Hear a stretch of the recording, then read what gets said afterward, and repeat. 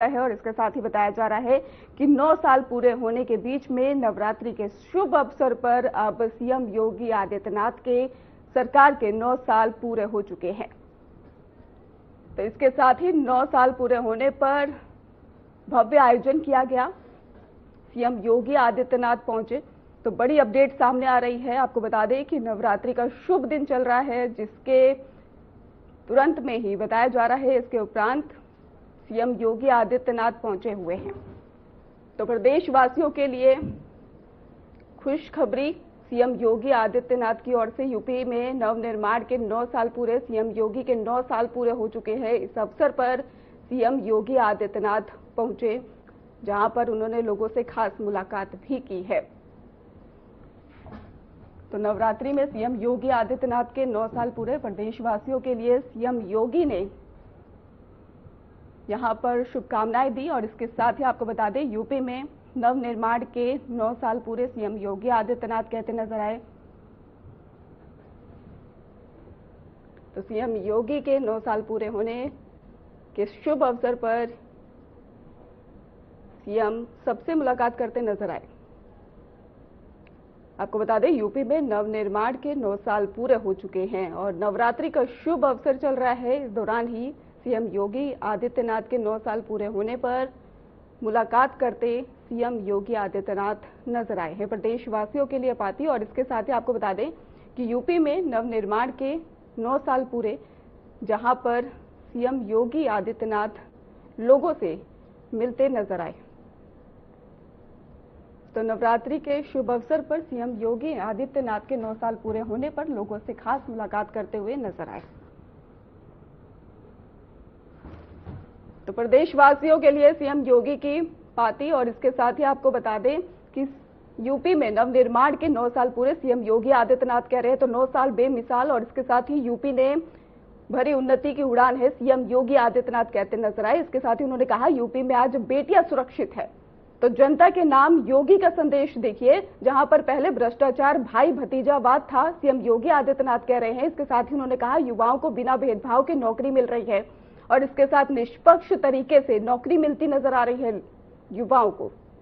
हमारी सरकार ने वंचितों को वरीयता दी है और सभी मंडल में अटल आवासीय स्कूल भी दिए गए हैं। सीएम योगी आदित्यनाथ ने कहा, अटल स्कूल में श्रमिक के बच्चों को शिक्षा दी जा रही है और इसके साथ कोई संघर्ष कभी बेकार नहीं जाता, ऐसा सीएम योगी आदित्यनाथ कह रहे हैं। उन्होंने कहा कि यूपी में भय मुक्त माहौल में त्योहार मनाया जा रहा है। तो तस्वीरें आपको दिखा रहे हैं जहां पर सीएम योगी आदित्यनाथ पहुंचे हुए हैं। प्रदेशवासियों के लिए 9 साल की उपलब्धियां गिनाई गई हैं। सीएम योगी ने जनता के नाम संदेश भी जारी किया है और अपने कार्यकाल के 9 साल की उपलब्धियां भी गिनाई है। उन्होंने साफ तौर पर कहा कि उत्तर प्रदेश में तेजी से विकास हुआ है और कानून व्यवस्था पहले से बेहतर हुई है। मुख्यमंत्री के अनुसार बेटियां अब ज्यादा सुरक्षित हैं, भ्रष्टाचार में कमी आई है, युवाओं को बिना भेदभाव के नौकरी मिल रही है, सरकार ने गरीब और वंचित वर्ग को प्राथमिकता दी है, अटल आवासीय स्कूलों के जरिए श्रमिकों के बच्चों को शिक्षा मिल रही है। उन्होंने कहा कि अब प्रदेश में त्योहार की शांतिपूर्ण और भयमुक्त माहौल में मनाए जा रहे हैं। तो एक भी सांप्रदायिक दंगा नहीं हुआ है, ऐसा सीएम योगी आदित्यनाथ कह रहे हैं। इसके साथ ही दंगाइयों से वसूला गया है नुकसान। 9 साल कितने कमाल के रहे हैं, सीएम योगी आदित्यनाथ बता रहे हैं। दंगाइयों पर किए गए सख्त एक्शन के बारे में उन्होंने बताया। और इसके साथ ही उपद्रव नहीं, अब यूपी उत्सव का प्रदेश है, ऐसा सीएम योगी आदित्यनाथ कह रहे हैं। बेटियां की सुरक्षा के लिए एंटी रोमियो स्क्वाड, तो मिशन शक्ति से महिला सशक्तिकरण,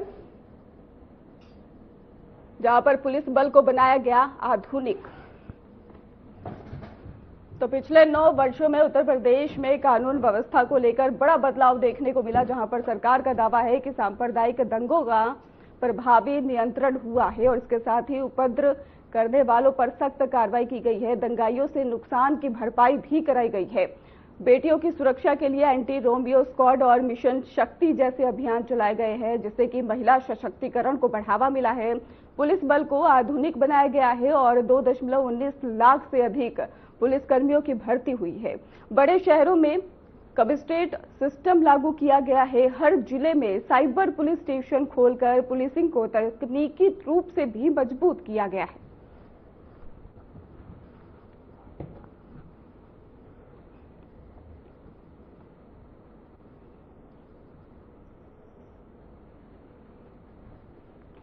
उत्तर प्रदेश कैबिनेट की बैठक में 35 प्रस्ताव पास हुए, जिसमें से गेहूं का एमएसपी 2,585 प्रति क्विंटल तय और गोरखपुर को सोलर सिटी बनाने के लिए ही चिलुआत में 20 मेगावाट और इसके साथ ही आपको बता दें कि फ्लोटिंग सोलर प्लांट भी लगेगा और नवयुग नगर पालिका योजना के तहत ही 58 जिला मुख्यालयों की नगर पालिकाओं को स्मार्ट बनाया जाएगा। डिजिटल लाइब्रेरी और इसके साथ जल निकासी, वन डे गवर्नेंस सेंटर जैसी सुविधाएं भी होंगी। संभल में आपको बता दें कि integrated manufacturing and logistics centre और ग्रेटर नोएडा में मल्टी मॉडल लॉजिस्ट पार्क विकसित होगा और इसके साथ ही जानकारी सामने आई जहां पर घाटमपुर में 660 मेगावाट पावर प्रोजेक्ट को मंजूरी। बिजली लागत घटकर 80 पैसे प्रति यूनिट हो सकती है।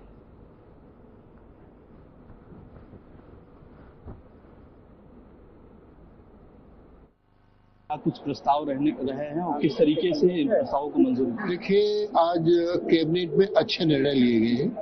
उद्योग से संबंधित एक अच्छा निर्णय बहुत अच्छा है, क्योंकि कृषि हमारे देश की अर्थव्यवस्था है। किसानों के गेहूं का मूल्य 160 रुपए बढ़ा दिया गया है और 30 मार्च से ये गेहूं खरीद के क्रय जाएगी। अभी जो मौसम खराब है, इससे फसलों का नुकसान हुआ है, उनकी भी किसानों को मुआवजा देकर उस नुकसान की भरपाई योगी सरकार के द्वारा की जाए।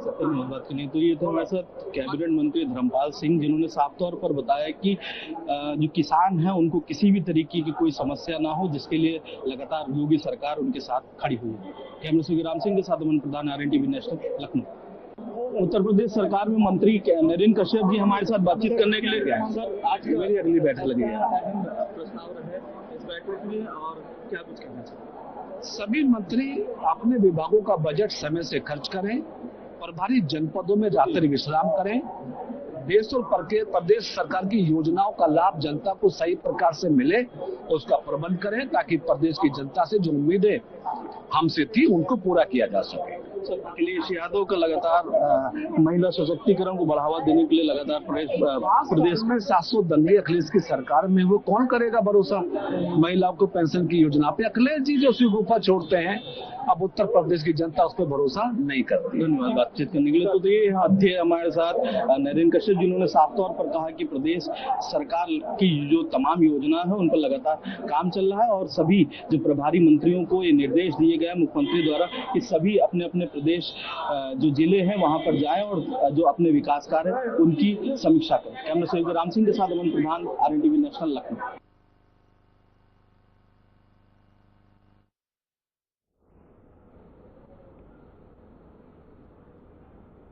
समाजवादी पार्टी के राष्ट्रीय अध्यक्ष अखिलेश यादव ने सरकार पर जाति जनगणना के मुद्दे पर निशाना साधा। उन्होंने साफ तौर पर कहा कि पहले राम मनोहर लोहिया और समाजवादियों का ही नारा था, पिछड़े गांव 100 में से 8 और, लेकिन अब आज सरकार इस पर स्पष्ट नहीं है। अखिलेश ने आरोप लगाया है कि सरकार के विज्ञापनों में जाति जनगणना के बारे में कोई ठोस बात नहीं कही गई है, जिससे लगता है कि पिछले और इसके साथ दलित वर्ग सही गिनती करने का इरादा नहीं है। उन्होंने साफ तौर पर कहा कि जब तक जातिगत आंकड़े सामने नहीं आएंगे, सामाजिक न्याय और बराबरी अधूरी रहेगी। लोहिया ने और समाजवादियों ने एक आह्वान किया था और एक नारा दिया था कि समाजवादियों ने बांधी गांठ और पिछड़े पावे 100 में 7, और सेंसस का आज विज्ञापन आया है, लेकिन विज्ञापन में जाति का कॉलम गायब है। आज सेंसस का बड़े बड़े अखबारों में विज्ञापन आया है, लेकिन जाति की जनगणना की जाएगी कि नहीं की जाएगी, उसको लेकर के सरकार ने कोई स्पष्ट सेंसस में अपने विज्ञापन में बात नहीं रखी है। इसका मतलब यह है कि पिछड़ों को और दलितों को ये गिनने नहीं जा रहे हैं। जो लोहिया और समाजवादियों ने कहा, और फिर दोहराता हूं जो नेताजी ने कहा कि जाति जनगणना हो और सबको आबादी के हिसाब से हक और सम्मान मिले। उसी दिशा में समाजवादी पार्टी पुनः इस बात की मांग करती है कि जाति जनगणना हो और आबादी के हिसाब से सबको हक और सम्मान मिले। जिस समय सीतापुर से बड़ी खबर है, जहां पर बीजेपी सांसद कंगना रनौत के खिलाफ यहां पर विवादित बयान के बाद से जिले में सियासी माहौल भी गर्म हो गया है। बता दें, कांग्रेस के कई कार्यकर्ता जिलाधिकारी कार्यालय पहुंचे, जहां पर जोरदार नारेबाजी करते हुए प्रशासन को ज्ञापन सौंपा। कार्यकर्ताओं ने कहा कि इस तरह के बयान समाज में गलत संदेश फैलाते हैं। उन्होंने सख्त कार्रवाई की मांग की है। कांग्रेस ने चेतावनी दी है कि अगर जल्द ही कोई कदम नहीं उठाया गया तो बड़े आंदोलन किए जाएंगे। प्रशासन ने ज्ञापन लेकर मामले की जांच का भरोसा भी दिया है। फिलहाल सीतापुर में सियासी पारा काफी ज्यादा बढ़ा हुआ नजर आ रहा है। कार्यालय में ज्ञापन देने क्या था पूरा मामला? और देखिए, जिस तरीके से हमारे नेता, आदरणीय नेता राहुल गांधी जी के ऊपर, वो लोकसभा के विपक्ष के भी नेता हैं, उनके ऊपर एक बयान किया है, कंगना रनौत जी के द्वारा किया गया है, तो हम लोग उसी के विरोध में आए हैं और हम ये मांग कर रहे हैं। देखिए, वो आज जिन लोगों की बात कर रहे हैं, वो मजदूरों की, गरीबों की और वंचित लोगों की बात कर रहे हैं, तो लोग उनको टारगेट करते हैं, अलग अलग तरीके से टारगेट करते हैं। तो आज जब वो हमारी बात कर रहे हैं तो हम भी उनके साथ पूरे संघर्ष के साथ खड़े हैं और जितनी वो हमारी लड़ाई लड़ेंगे, हम उसकी दोगुनी ताकत से हम उनके साथ खड़े हैं। इसी के लिए हम इसी विरोध में आज आए थे। आज हम लोगों ने प्रदर्शन किया है। और अगर दरअसल मामला ये है, जो कंगना रनौत ने राहुल गांधी पे जो टिप्पणी की है, टपोर कहा है, तो ये कंगना रनौत की जुबान है और शब्द तो ये भाजपा के हैं, शब्द ये भाजपा के हैं और जुबान कंगना रनौत की है। इसलिए राहुल गांधी जो हैं, जिस तरीके से आरोप लगाया गया है, मजाक की गई है, तो राहुल गांधी जो है तो जनता के नेता हैं, जनता की आवाज है। गाजीपुर सांसद अफजाल अंसारी ने इजराइल को फादरलैंड कहे जाने पर सवाल उठाए और कहा कि हम भी ईद नहीं मना रहे हैं। उनका कहना था कि वर्तमान वैश्विक हालात खुश होने का माहौल नहीं दे रहे हैं। उन्होंने भारत की विदेशी नीति, अमेरिका के साथ रिश्तों और ईरान इजराइल अमेरिका मामले पर भी सवाल उठाए। सांसद ने जवाहरलाल नेहरू, इंदिरा गांधी और अटल बिहारी वाजपेयी की नीतियों का जिक्र करते हुए बताया कि भारत ने अपने पुराने मित्र खो दिए हैं। उनके बयान ने राजनीतिक बहस तेज कर दी है, सियासत में गर्माहट भी बढ़ा दी है। इस्लामिक गणराज्यों का जो संगठन है, उसकी बैठक में पाकिस्तान के और कश्मीर के सवाल पर पाकिस्तान के समर्थन में अधिकांश लोगों ने उस प्रस्ताव में भाग लिया। यही ईरान है जिसने खड़े होकर भारत के पक्ष में, और कश्मीर भारत का अभिन्न अंग है, इस सवाल को खड़ा किया। अब कोई प्रस्ताव नहीं पास होने दिया। हम अपने इतने अच्छे मित्र को खो दिए, इजराइल के चक्कर में खो दिए। अब इजराइल को हम जाके कहते हैं कि ये मेरा फादरलैंड है। इसकी परिभाषा अभी भारत का हर नागरिक परेशान है कि मदरलैंड, मातृभूमि तो समझ में आती थी, मातृभूमि की जय। अब फादरलैंड का हुई हो, ओह का जय बोले जाओ। फादरलैंड की जय क्या है? हमारा फादरलैंड भारत कितने राष्ट्रों को जन्म देने वाला है, और एक हेत्ती मुठ का राष्ट्र जो 1947 में जन्म हुआ, जिसका वो भी अरबों की जमीन पे। वाराणसी में इफ्तार पार्टी विवाद, 14 युवक हिरासत में लिए गए और इसके साथ ही बड़ी जानकारी सामने आ रही है। अदालत ने जमानत खारिज की है और इसके साथ ही अपडेट आपको बता दें, जहां पर 10 साल तक की सजा संभव, धमकी का भी मामला दर्ज है। तो वाराणसी में गंगा किनारे इफ्तार पार्टी के बहाने चिकन बिरयानी खाने वाले 14 युवकों के खिलाफ में मामला दर्ज हुआ।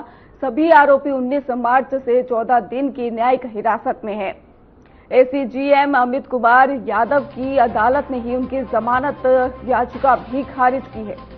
तो आपको बता दें, अभियोजन पक्ष ने बताया है कि मामला गंभीर है, कुछ धाराओं में 10 साल तक की सजा हो सकती है।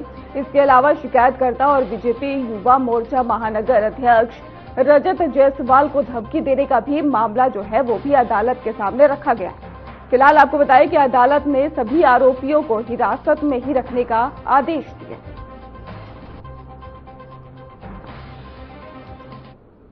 सिद्धार्थनगर के डुमरियागंज तहसील में समाधान दिवस आयोजित हुआ और जहां पर जिलाधिकारी शिव शरण बप्पा जीएन और इसके साथ पुलिस अधीक्षक अभिषेक महाजन ने लोगों की समस्याएं सुनी है। अधिकारियों को सभी मामलों को जल्द ही निपटाने के भी निर्देश दिए। इस दौरान ये दो प्रमुख मामले भी सामने आए। पहला भारी मंदिर की जमीन पर अतिक्रमण का और जिसमें कि गांव के आकाश पांडे पर कब्जा करने का आरोप है।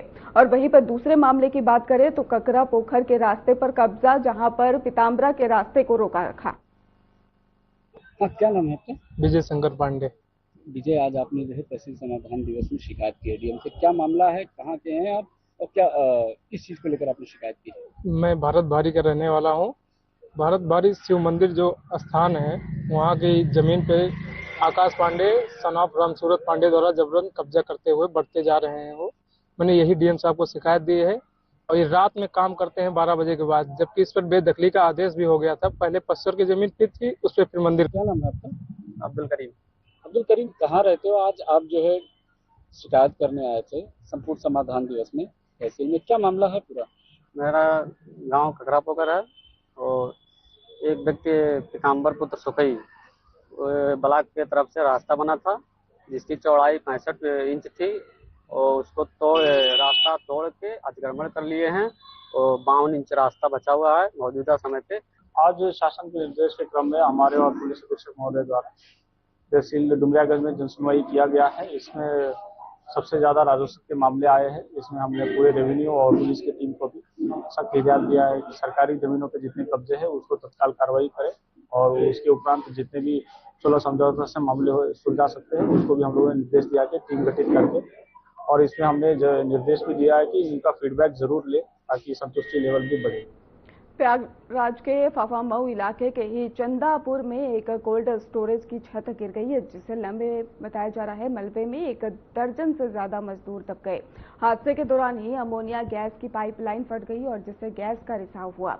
बचाव कार्य कठिन हो गया और पुलिस और प्रशासन की टीमें तुरंत ही मौके पर पहुंची और मजदूरों को निकालने और राहत देने का काम शुरू किया गया। कोल्ड स्टोरेज है, यहाँ पे लगभग 1:30 से 2 बजे के बीच में सूचना मिली कुछ यहाँ पे बिल्डिंग कोलैप्स हुई है और जैसी सूचना मिली हमारे सारे अधिकारी मौके पे पहुंच गए।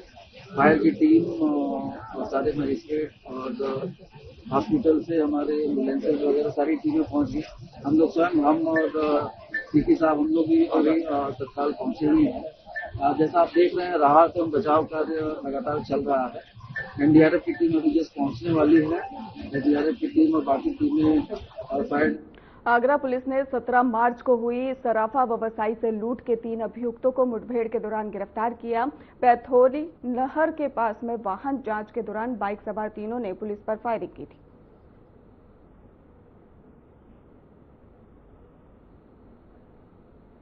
देखिए 17/3 में थाना क्षेत्र जगदीशपुरा में एक घटना रिपोर्ट हुई थी शाम को करीब 8 बजे के आसपास, जिसमें बताया गया था कि एक बुजुर्ग व्यक्ति जो सर्राफे का काम करता है वो कुछ आभूषण अपने साथ लेके अपने घर जब लौट रहा था तो वहां पे 2 अज्ञात बाइक सवारों ने उसका बैग स्नैच कर लिया था और ले जाने के बाद जब बाद में उससे विस्तृत तरीके से पूछताछ हुई तो उसने बताया कि लगभग 50 ग्राम के आसपास गोल्ड के आभूषण उससे स्नैच करके 2 बाइक सवार लेके गए हैं। तत्काल सभी सीनियर अधिकारियों ने घटनास्थल निरीक्षण किया और फिर जब हम लोगों ने सीसीटीवी कैमरा देखना शुरू किया तो ये पाया कि घटना एकदम सही है। उसी दृष्टिगत इसमें एक स्नैचिंग का मुकदमा लिखा गया और लिखने के बाद जब इसमें सर्विलांस की एसओजी की टीमें और थाने की टीमें जब काम कर रही थी तो एक लाल रंग की अपाची दिखी हमें।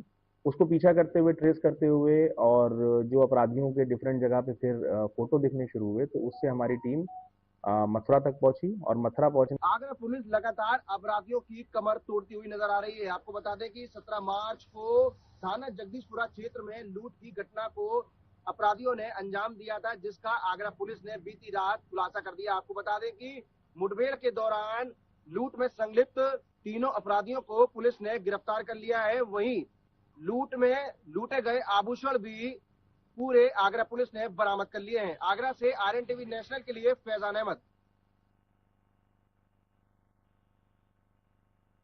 बाराबंकी के मसोली थाना क्षेत्र में देर रात को पुलिस और बदमाश के बीच में मुठभेड़ हुई।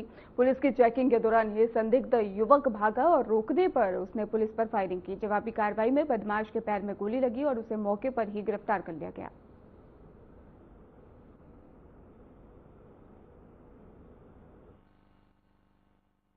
ये विगत में पूर्व मसौली थाना क्षेत्र में एक घटना रिपोर्ट हुई थी जिसमें एक व्यक्ति के कुछ पशु उनके घर से गायब हुए थे। बाद में उस पशु के कुछ अवशेष गांव के बाहर मिले। उक्त घटना की तत्काल FIR पंजीकृत कर थाना मसौली पे उसकी इन्वेस्टिगेशन शुरू की गई। उसने कुछ अभियुक्तों के नाम प्रकाश किया है, जिसके आधार पर एक अभियुक्त की गिरफ्तारी की गई। घटना का खुलासा हुआ। उसी घटना के एक वांछित अभियुक्त था जो कि पूर्व से एक अन्य अभियोग में थाना सफदरगंज से भी वांटेड चल रहा था और उसके ऊपर 10,000 रुपए का रिवार्ड भी घोषित था। उस्मान, जो कि मसौली क्षेत्र का रहने वाला है। इसके बारे में आज हमारी टीम को सूचना मिली थी कि वो मसौली क्षेत्र में कहीं पे आने वाला है। उन्हें इसका गैंग सक्रिय है, कोई घटना करने की फिराक में है। इस पे तत्काल जनपद की स्वाट टीम और थाना मसौली की टीम इसके द्वारा घेराबंदी की गई। अभियुक्त के द्वारा पुलिस टीम पे तत्काल हमला किया गया और फायर किया गया और जवाबी फायरिंग में अभियुक्त को भी चोटें आई हैं, जिसे यहाँ जिला अस्पताल ले आया गया है, जहाँ उसका इलाज किया जा रहा है। अभियुक्त से हमारी टीम सहारनपुर के जसमोर गांव में मौजूद माता शाकंभरी देवी का ही प्राचीन मंदिर भक्तों के लिए प्रमुख तीर्थ स्थान बना, जहां पर माता दुर्गा का अवतार है और उन्हें हरियाली की देवी और इसके साथ ही शताश्री कहा जाता है। पौराणिक कथा के अनुसार 100 साल के अकाल में ही माता ने अपने शरीर से शाक, सब्जी और फल उत्पन्न कर सृष्टि की रचना की।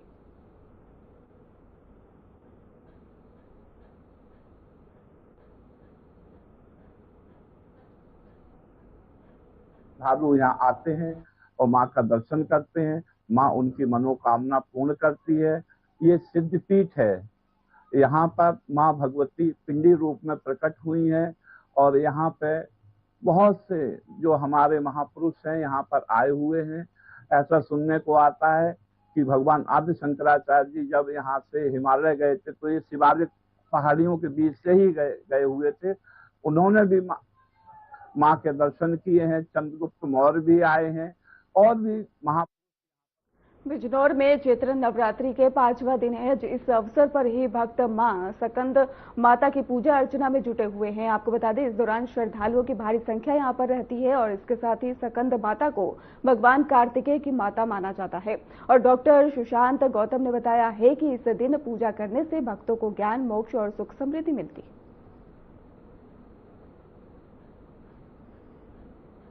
मेरा नाम डॉक्टर शशांक गौतम है।